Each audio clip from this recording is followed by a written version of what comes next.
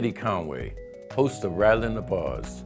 I'm here with Alex, Executive Director of the Civil Rights Corps, a group of lawyers who take on the challenge of the criminalization of poverty and take on the challenge of the cash bail system that causes many people to remain in jail for minor offenses because they cannot afford to make bail. Thanks for coming to our office. Civil Rights Corps is a nonprofit organization in Washington, D.C.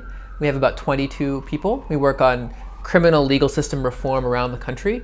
We bring innovative and systemic civil rights cases that challenge the ordinary injustice in the criminal legal system. So we try to use civil rights cases to tell a different story about our legal system, to try to attack the normalization of human caging, to try to address all of the ways in which this everyday brutality of putting human beings in cages has become so normalized that we've all become desensitized to it. And we try to use civil rights cases as a forum for telling a different story about what our legal system is doing to human beings and their bodies and their families and their communities. Mm-hmm. Talk about your no bail campaign a little bit, if you will. So one of the things we've been working on all over the country is the cash bail system. And basically anywhere you go in the country tonight, if you're arrested for an offense and police accuse you of a crime, you're free to leave the jail if you can hand some money to the jailer. And this idea of making someone's personal bodily freedom contingent on her ability to make a monetary payment is really abhorrent to any reasonable sense of justice. And so all over the country tonight, there are over 400,000 human beings who are in cages just because they can't make a monetary payment. So we've designed a groundbreaking series of lawsuits that have been challenging the American money bail system in jurisdiction after jurisdiction all over the country, from Alabama, Mississippi, Louisiana, and Texas, and Tennessee, and Missouri, and Chicago, and Massachusetts, and California. All over the country, we're bringing constitutional civil rights cases and making the argument that it's unconstitutional to keep a human being in a jail cell just because she can't make a monetary payment. Mm-hmm. And beyond that, the loss of people's driver's license, say for instance, is one of the things that y'all are looking at.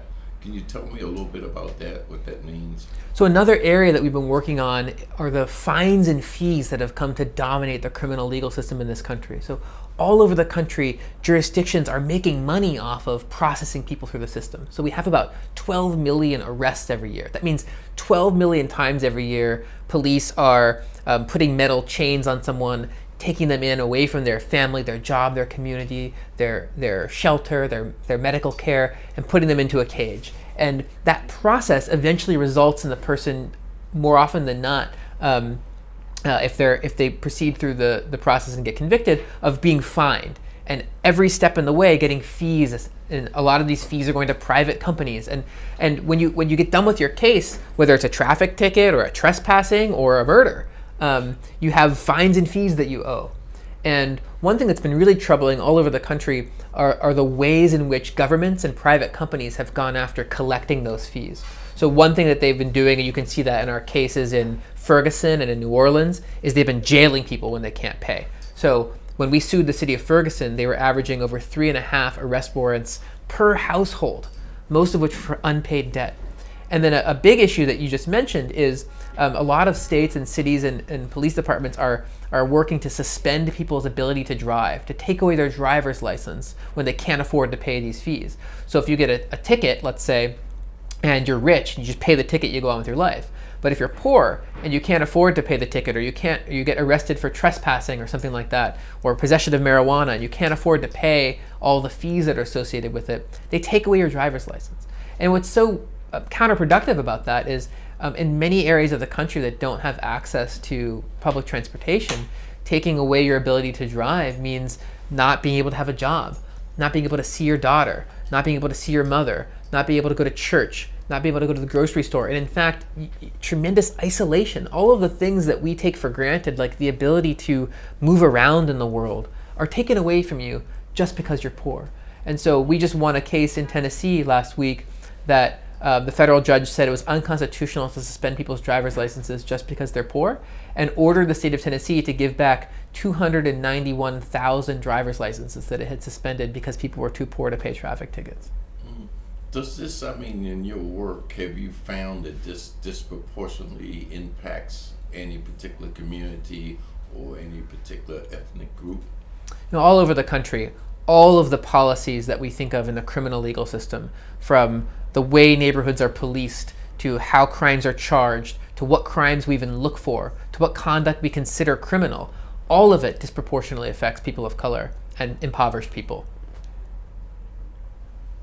So, if people in our audience see this and want to participate or want to help or want to be engaged or involved, what would you suggest that they do? I think the most important thing to remember about these problems, and therefore about how we think about solving them, is that these are tremendously local problems. They have to do with political power. They have to do with the fact that the people with political power in most of our communities are the police and prosecutors and real estate developers, and all the people that control our local politics are the ones who are designing these criminal policies that are ensnaring people of color and impoverished people all over the country. And so I think in terms of getting involved, it's vital that you understand what's happening on a national level, and that you study these forces, and that you read as much as you can about it. But it's really critical that you start organizing in your own community. Find the people in your community that are organizing around these issues, that are working with groups that are led by directly impacted people. So people who've been formerly incarcerated, people who have family members that are impacted by the system, people that are going into courts and doing court watching programs. There are ways to get involved in most of your communities. For example, in the bail issue, there are community bail funds that you can donate to, that you can volunteer with. There are court watching programs where you and your family and friends can go in and sit there and be present in solidarity with people and take notes about what you're seeing, and then report what you're seeing to your community. You can start hosting gatherings where you and the people in your circle, you start to develop an understanding about these issues, and then you demand and get organized together, and you demand from your local leaders that they adopt different policies in this area. I mean, I think I would say that it's just vital that we understand that we need to organize on a local neighborhood level to attack these policies, because these are the kinds of policies that are going to persist. If we don't build up the power to fight them. For example, one of the big things that's happening now in the cash bail system is we've been very successful in our cases, and I think we're likely to see the end of the cash bail system in this country in the not too distant future. But if we don't organize and demand that the people who are designing the replacement for the cash bail system are different from the people that created it, we're just going to get something else that looks a lot like the cash bail system. So for example, one thing that we're seeing a lot of local governments and private corporations moving from is away from the cash bail industry toward a system of pretrial detention. So instead of being detained because you're poor, they're just going to order you detained. And for people that are being released, instead of paying money to a bail bond company, you're going to pay money to a different company that's going to put an electronic GPS device on you and monitor you around your community. It's going to be the same owners, the same people profiting from it, the same people processing bodies like an assembly line, but it's going to be slightly different. And if you look at the history of the American criminal system and our society generally, these mechanisms of oppression have a way of reproducing themselves. So you can have a Supreme Court case that says that you can't segregate schools, but then 10 years after that, 20 years after that, 50 years after that case, you can still have segregated schools all over the country. What does that tell you? If you don't organize and build power, then the same people that created the first injustice are going to be in a position of power to create whatever replaces it. And so I think in terms of getting involved, it's important that people understand that dynamic, and that they don't just sort of read about this, but they actually find out who in their community is leading efforts to organize against this, and that they get themselves involved. Now I've toured this organization, and I met some of the people here very passionate about what they do, but I know that you and many others could be working for corporate America. You could probably be rich, wealthy. Why are y'all doing this as individuals? Well, I mean, you could have a show on MSNBC and get paid $1 million a year, probably. I mean, I think it comes down to how you want to live your life. Are you in solidarity with people that are living on the margins, and are you trying to use the energy that you have and the skills that you have and the experience that you have to make the world just a little bit better, or are you trying to have a corporate job? I think it comes down to that for many lawyers, right? Many lawyers in our society are working for large corporations, and they're involved in activities that increase inequality in our society. And yet we have a society that's in desperate need. There are people all over the country who are in desperate need of basic legal services. They need someone to represent them when they're accused of a crime. They need someone to help them when they're threatened with eviction.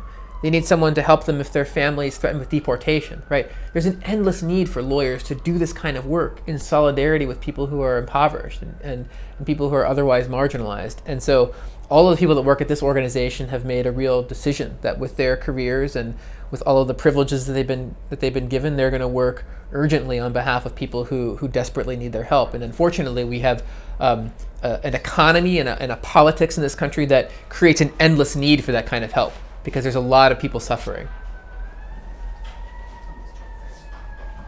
Okay, so thanks for having us here. I'm impressed. Well, I'm a big fan of The Real News, and so it's an honor to talk with you, and I hope you guys come back.